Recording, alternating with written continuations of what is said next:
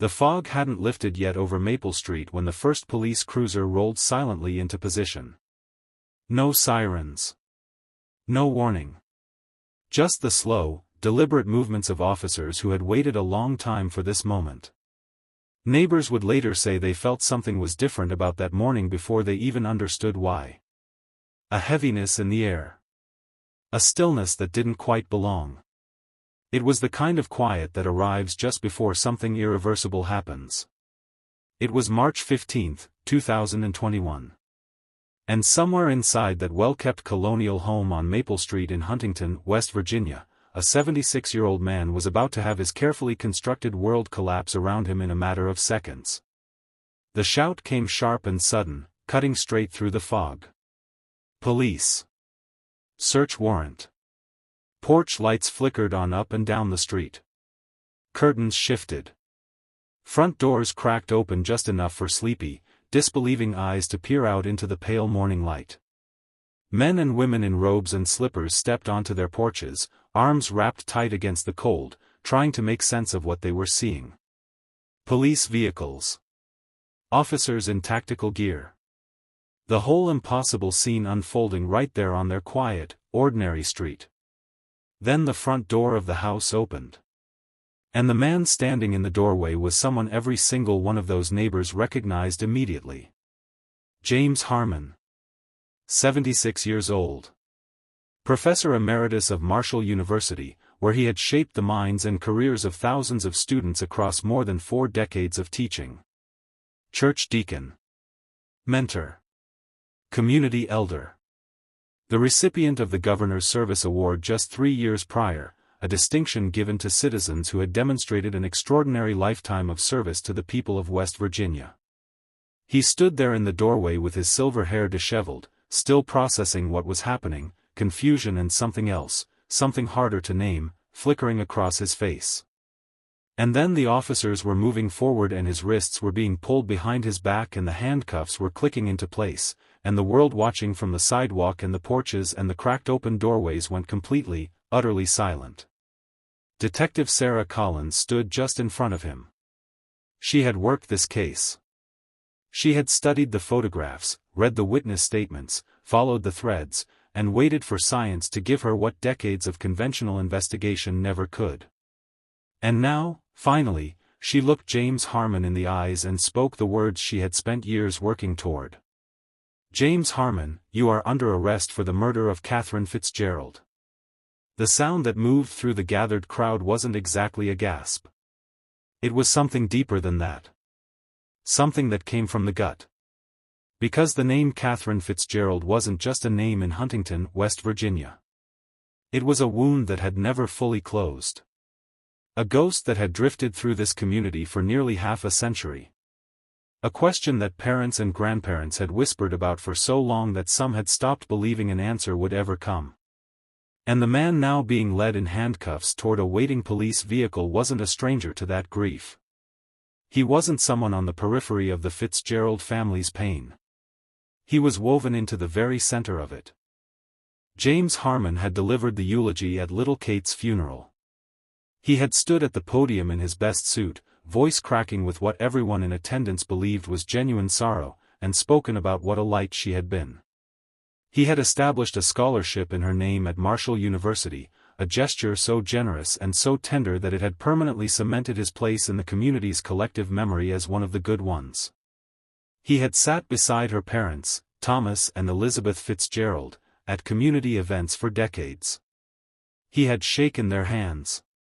Accepted their gratitude. Watched them age with grief and never, not once, told them the truth about what he had done to their daughter in that quiet house on a cold March afternoon in 1973. 48 years. He had carried this secret for 48 years. And now it was over. Before we go any further into this story, because what comes next is going to take you through every single layer of this case, from the morning it happened, to the investigation that followed, to the science that finally cracked it open decades later, make sure you are subscribed to Cold Case Solved right now. Hit that subscribe button and turn on your notifications so you never miss a story like this one. We go deep on the cases that time almost buried, the ones that refuse to stay cold, the ones where the truth eventually found a way out no matter how long it took. This is one of those stories. And you are going to want to be here for all of it. Now, let us go back to the beginning. To understand what happened on March 12, 1973, you have to understand Huntington, West Virginia in that particular moment in time. Because the city that little Kate FITZGERALD was born into was a city that had already been through something almost unbearable. On November 14, 1970, just 2.5 years before Kate's death, a plane carrying the entire Marshall University football team had gone down in a wooded area near Tri-State Airport. 75 people were killed. Players, coaches, boosters, community members who had traveled to support the team. An entire generation of young men, gone in a single night. The crash didn't just devastate the university. It reached into the bones of the whole city and changed something there permanently. Huntington became a place defined, at least in part, by collective grief and by the slow, determined work of learning to carry that grief forward without being crushed by it. By 1973, the city was rebuilding. Marshall's campus was simultaneously a memorial to what had been lost and a symbol of the community's refusal to stop moving forward. And into that particular emotional atmosphere, shaped by tragedy and resilience and the kind of trust that forms between people who have suffered together, the FITZGERALD family fit naturally. Thomas FITZGERALD had built his law practice into one of the most respected in the region.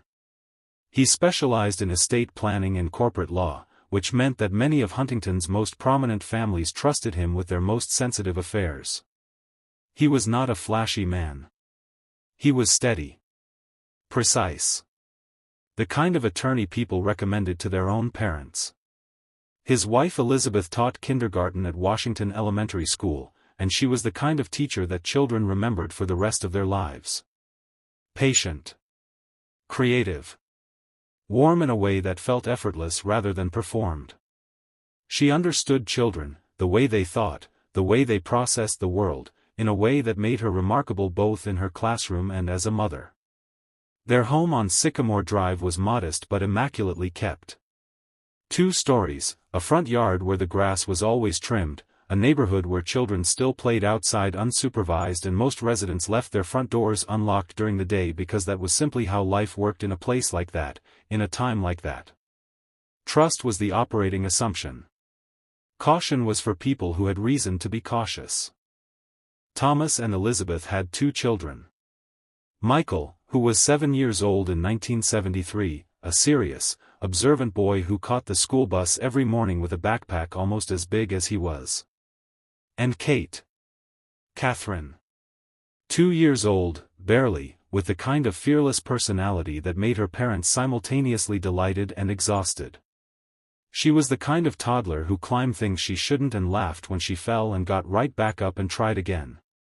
She was loud and curious and full of an energy that seemed almost too large for such a small body. She was 2 years old. She had barely started. 3 houses down from the FITZGERALD home on Sycamore Drive lived James Harmon. 28 years old in the spring of 1973.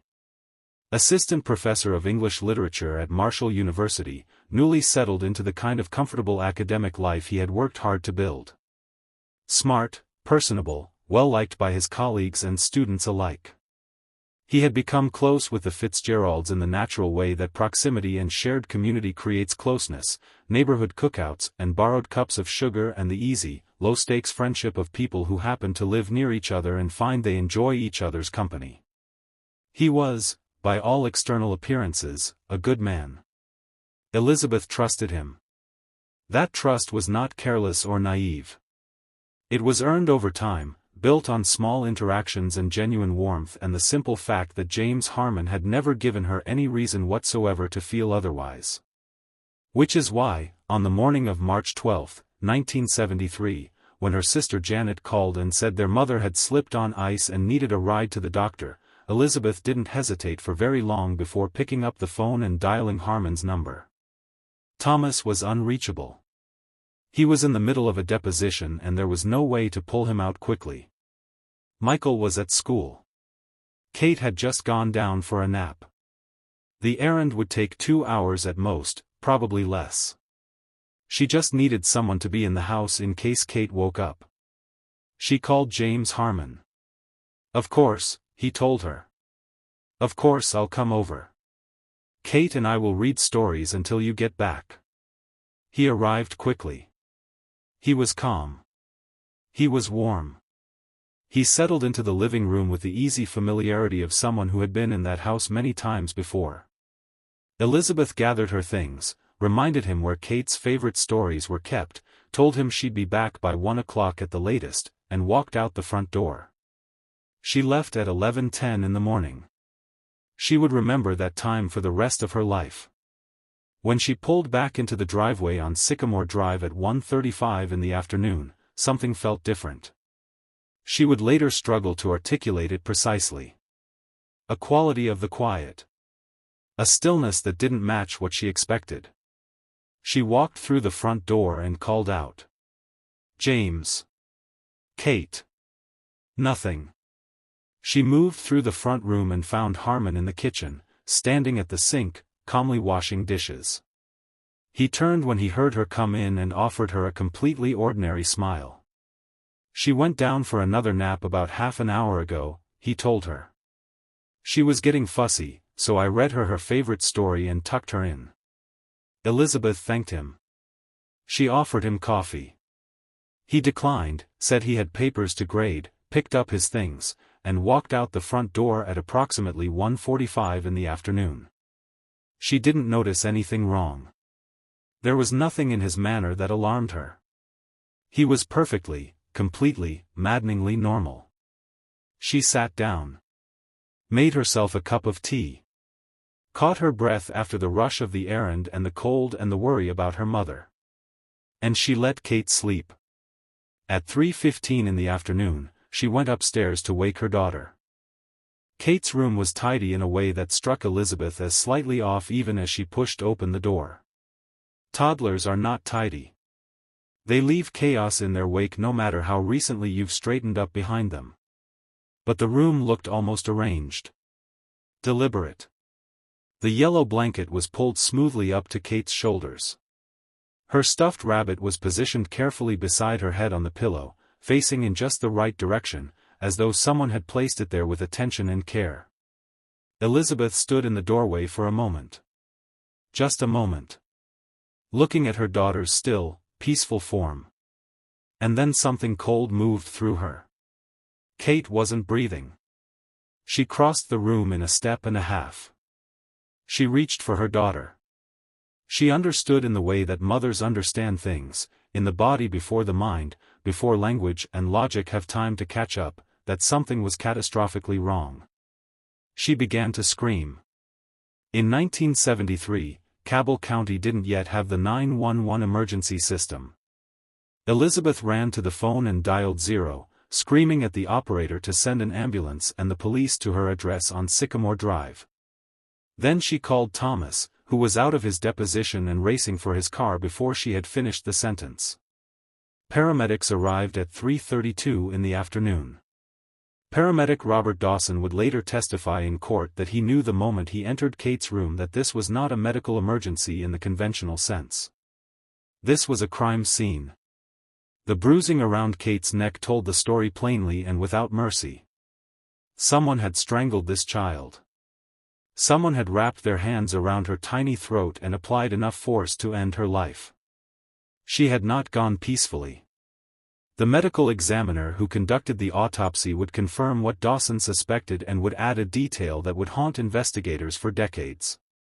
Beneath Kate's fingernails, there was biological material. Skin cells. She had scratched whoever killed her. In her final moments, 2 years old and fighting with everything she had, Kate FITZGERALD had scratched her killer. The medical examiner placed the time of death between 12:30 and 1:30 in the afternoon. While James Harmon was alone in the house with her. Detective Frank Mullins was assigned to lead the investigation. He was experienced, methodical, and deeply troubled by what he found when he began working the scene. Or rather, by what he didn't find. There was no forced entry. No broken windows. No jimmied locks. No signs of a struggle anywhere in the home beyond Kate's room. Nothing had been taken. The house was not ransacked. This was not a random burglary gone wrong or a stranger who had found a way in. Whoever had entered that house had either been let in by someone who trusted them or had already had access. The list of people with a legitimate reason to be inside the FITZGERALD home on the morning of March 12, 1973, was extremely short. Elizabeth had been with her sister Janet and their mother from 11:10 in the morning onward. Multiple witnesses confirmed this. Thomas had been in a deposition with his client and a court reporter and opposing counsel. Michael was at school. Janet had been with Elizabeth the entire time. And then there was James Harmon. Mullins interviewed Harmon within hours of the discovery. By all accounts, Harmon was cooperative, composed, and appropriately distressed. He told investigators exactly what he had told Elizabeth. Kate had woken up from her first nap around noon, a little fussy, he said, and he had read her a story and settled her back down. She had seemed fine. Peaceful. He had stayed in the living room reading until Elizabeth came home, and then he had left. He had no idea anything was wrong. It was a clean, consistent, completely plausible account. And in 1973, without the ability to contradict it scientifically, Mullins couldn't break it. The evidence collected from the scene was sent to the state lab. Fibers from Kate's blanket and clothing. Partial fingerprints lifted from various surfaces throughout the house. And the skin cells from beneath Kate's fingernails, preserved carefully and logged into evidence with the hope that someday, somehow, they might be useful. In 1973, that hope was largely theoretical. DNA analysis as we understand it today did not exist. Fingerprint comparison required clear, complete prints to work with, and what the lab had was partial at best. The fiber evidence could establish that certain fabrics had been present in the room, but without a direct match to something belonging to a suspect, it proved little on its own. The investigation stretched on through the spring and into the summer of 1973. Mullins followed every lead he could find. He re-interviewed neighbors. He looked into whether Thomas FITZGERALD had any enemies who might have targeted his family. He examined whether Elizabeth had had any concerning interactions with anyone. He kept returning to James Harmon, circling back to that interview, looking for inconsistencies. But Harmon held steady. He was saddened. He was helpful. He attended Kate's funeral and wept openly in the front pew. He offered to help the family in any way he could. And as the months passed and the leads dried up and the lab work came back inconclusive and the witnesses had nothing more to add, the case did what cases do when time runs out on them. It went cold. The FITZGERALDs stayed on Sycamore Drive. It was a decision that surprised some people, who wondered how they could possibly remain in the house where their daughter had been murdered. But Elizabeth would explain it years later in terms that made a painful kind of sense. That house was the last place Kate had lived. The walls held her. The rooms still smelled of her. Leaving felt like abandoning her, and neither Thomas nor Elizabeth could do that. So they stayed. And they grieved. And they raised Michael, who carried his own version of that terrible morning for the rest of his life, and they grew older in a house full of the presence of a child who was never going to grow up. James Harmon, 3 houses down on Sycamore Drive, continued his life with remarkable composure.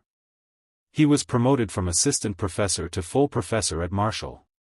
He published papers. He won teaching awards. He sat on committees. He went to church every Sunday and sang in the choir and served as a deacon with evident dedication.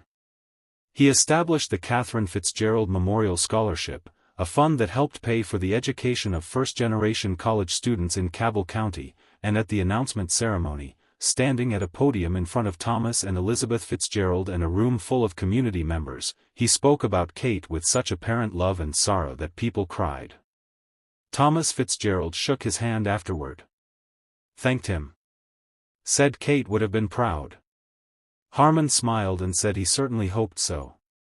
For 48 years, he lived this way. Building his reputation. Deepening his ties to the community. Aging into the kind of respected elder that people point to when they want to argue that a place still has good people in it. And somewhere underneath all of it, layered beneath the awards and the scholarship and the eulogies and the decades of careful normalcy, was the knowledge of what he had done to a 2-year-old child on a cold Tuesday afternoon in March of 1973. If you are still watching at this point, drop a comment right now that says I am still here. We want to know who is truly following this story, because what comes next is where everything changes. This is where the science catches up to the secret. And it is going to take your breath away. The evidence had been sitting in a courthouse basement in Cabell County for going on 5 decades. Boxes.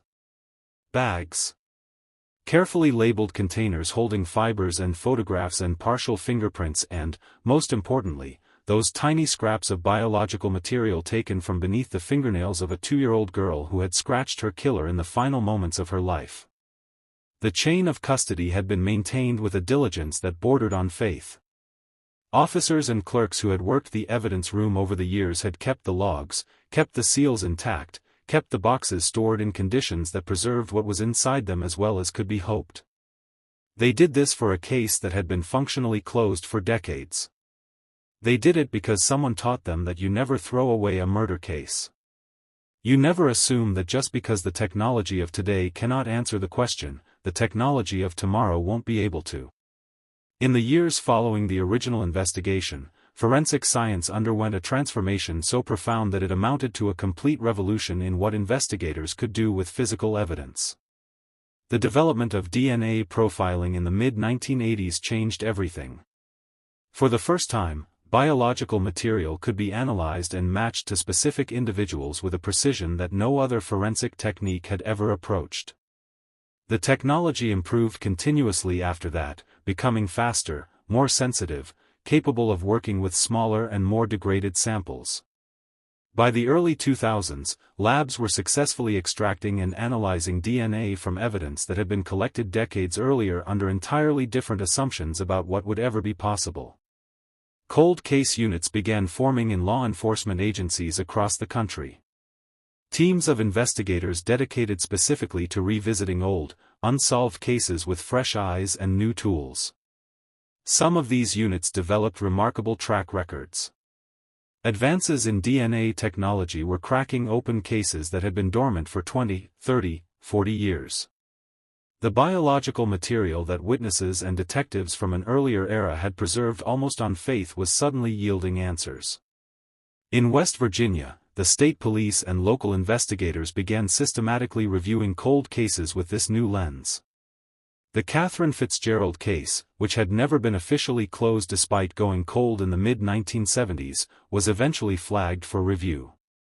The evidence from the original investigation was pulled from the Cabell County Courthouse and submitted to a forensic laboratory equipped with the most current DNA analysis technology available. What the laboratory was working with was not ideal.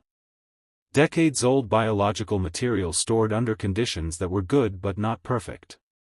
Partial samples. Degraded DNA chains that required patience and precision and multiple rounds of analysis to work with. But the technology available in the late 2010s and early 2020s had been developed partly with exactly this kind of challenge in mind. Advanced amplification techniques allowed laboratories to work with minute quantities of genetic material. Sophisticated software could reconstruct partial DNA profiles with a reliability that would have seemed almost magical to the forensic scientists of 1973. The analysts worked carefully and methodically. They extracted the biological material from beneath Kate's preserved fingernails. They processed it through multiple rounds of analysis. And they built a DNA profile from what they found. A profile belonging to the person Kate had scratched. The person who had been close enough to her in the final moments of her life that she had left a biological trace on them without ever being able to tell anyone what she knew. The profile went into the system. And it matched James Harmon. Not approximately. Not probably. The match was definitive. The DNA recovered from beneath the fingernails of 2-year-old Katherine FITZGERALD, collected in March of 1973 and preserved for 48 years in a courthouse basement, belonged to James Harmon. The trusted neighbor. The beloved professor. The scholarship founder. The man who had cried at her funeral and shaken her father's hand and lived 3 houses away from the family whose daughter he had murdered. Detective Sarah Collins had come to this case through the Cold Case Review Unit. She had read every document, studied every photograph, familiarized herself with every aspect of the original investigation. She understood what Frank Mullins had faced in 1973 and why, given the tools available to him, he had never been able to close it. And she understood exactly what the DNA match meant. It meant that Kate had told them. 48 years later, but she had told them. Collins built the evidentiary case carefully and thoroughly. The DNA match was the centerpiece, but she and her colleagues worked to construct the fullest possible picture of what had happened that day and what had followed in the decades since. They documented the timeline. They traced the chain of evidence meticulously to demonstrate its integrity. They prepared the case for a prosecutor who, after reviewing everything, agreed that what they had was solid. On March 14, 2021, a judge signed the arrest warrant for James Harmon. The next morning, in the fog, the cruisers rolled silently into position on Maple Street. What happened in the hours and days following Harmon's arrest unfolded with the particular quality of shock that belongs specifically to revelations about people who have spent decades in positions of community trust. Because the reaction in Huntington was not simply surprise. It was something more complicated and more painful than that. People who had admired Harmon for their entire adult lives had to suddenly hold 2 completely irreconcilable images of the same man simultaneously. The mentor. The deacon. The scholarship founder. And the man who had strangled a 2-year-old child and then spent the next 48 years attending her funeral and accepting the gratitude of her grieving parents. Former students came forward in the media. Some expressed stunned disbelief. Others, looking back with new eyes, noted with a kind of quiet horror that they had never really known him at all, that the warmth and wisdom they had admired had existed alongside something they could not have imagined and that he had never once let show. His colleagues at Marshall University, many of whom had worked alongside him for years, struggled to reconcile the arrest with the person they thought they knew. The university quietly removed his name from certain institutional materials while the case moved through the legal process. The church where he had served as deacon suspended him immediately. And in a house on Sycamore Drive, Thomas and Elizabeth FITZGERALD, now elderly, received the news that the case involving their daughter had been solved.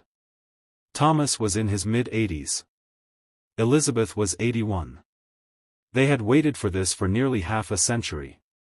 They had lived through the grief and the uncertainty and the long, slow torture of never knowing, and they had watched the man responsible attend community events and receive honors and live his full, decorated life 3 houses away from the place where he had taken their daughter.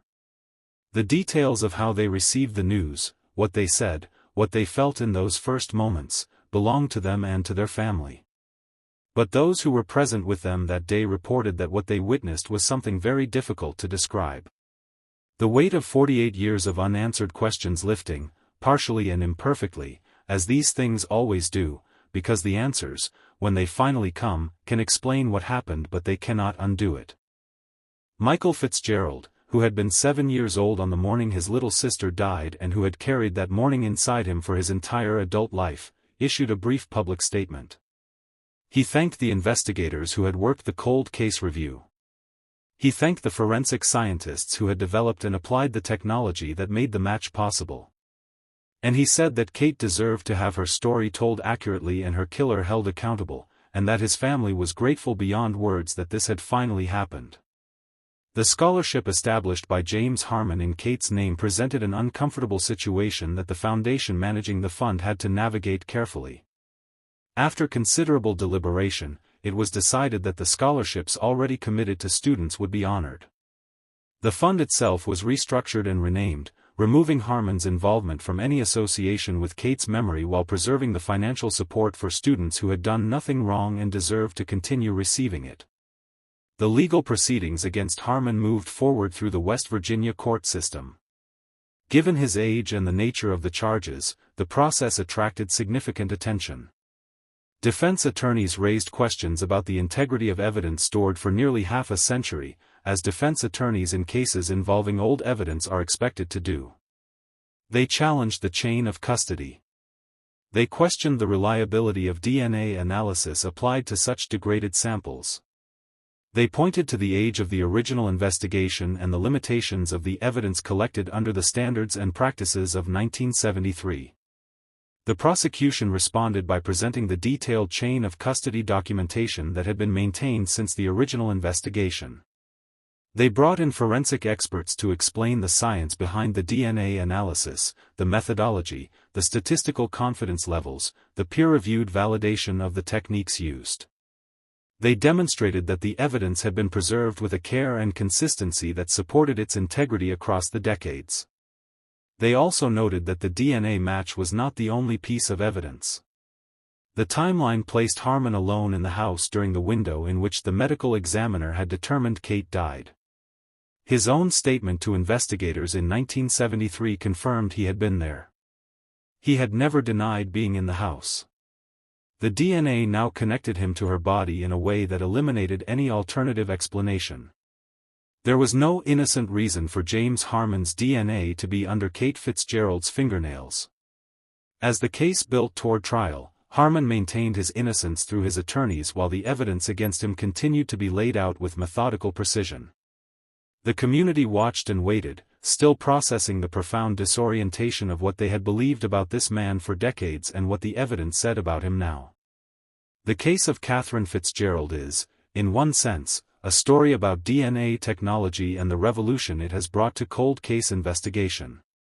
It is a story about patience, the patience of investigators who preserved evidence on faith, the patience of a family who kept living and kept hoping, and the patience of the truth itself, which does not expire even when the years stack up and the faces age and the community moves on. But it is also a story about something else. Something older and more fundamental and in some ways more disturbing than any of the forensic details. It is a story about how we construct trust.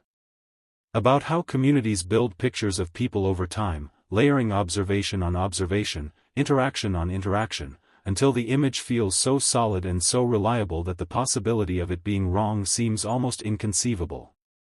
James Harmon spent 48 years adding layers to that image. Every award. Every sermon. Every scholarship. Every kind word to a grieving family. Not just as cover, perhaps, because we cannot know exactly what lived inside him, but as a life genuinely lived in some compartmentalized parallel to the act he had committed and never confessed. That is what makes cases like this one so fundamentally unsettling. Not just that someone did something terrible, but that someone did something terrible and then continued, apparently seamlessly, to be a person that other people loved and trusted and admired, for nearly half a century.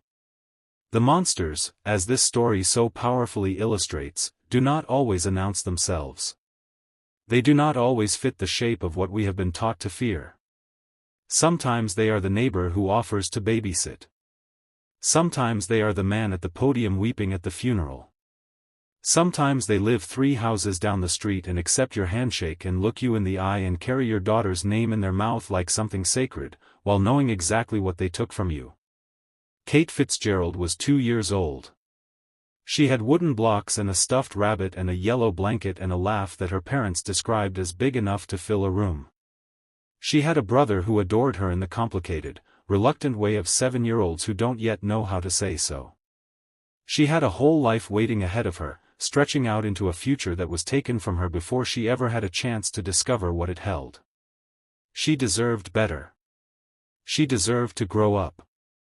And she deserved to have her killer named and held accountable, even if it took 48 years for the world to catch up to what she already tried to tell us when she scratched his skin with her tiny hands in the final moments of her life. She left the evidence. She just had to wait for us to be able to read it. And in the end, we did. This story is one of thousands still waiting. Across this country and around the world, there are cases sitting in evidence rooms and courthouse basements and state laboratory archives, waiting for technology to advance just far enough, for a cold case investigator to pull the right box off the right shelf, for a DNA match to light up in a database and give a name to someone who has spent years believing they escaped. Some of those cases will be solved in our lifetimes. Some have already been solved in ways that stunned the people who had stopped hoping. The science keeps moving forward. The investigators keep working. And the evidence, when it has been preserved, keeps waiting. Katherine FITZGERALD waited 48 years. She got her answer. That is what Cold Case Solved is about.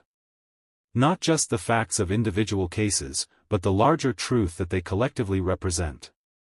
That justice, even delayed justice, even painfully, impossibly delayed justice, is still justice. That the effort of investigation and preservation and the relentless forward march of forensic science matters. That the people who were taken deserve to have their stories told accurately and completely and with the weight and care that their lives deserved. If this story moved you, if it kept you watching, if somewhere in the telling of it you felt the full human weight of what a community carries when a case goes cold and what it feels like when the truth finally surfaces, we want to hear from you in the comments. Tell us what stayed with you. Tell us which part of this case hit you hardest. Tell us where you are watching from, because Cold Case Solved has a family spread across this country and around the world, and we love knowing you are out there. And if you are not yet subscribed, do it right now. Not later. Right now. Hit that subscribe button and turn on your notifications because we release new cases regularly and every single one of them carries this same commitment to depth, to accuracy, to honoring the people at the center of these stories with the full weight of the truth. Share this video with someone who needs to see it. Because cold cases don't stay in the past. They live in the present. They live in the families still waiting. They live in the evidence still sitting in boxes. They live in the investigators who have not given up. Kate FITZGERALD lived. She mattered. And now, finally, after 48 years, the world knows who took her from us. We will see you in the next one.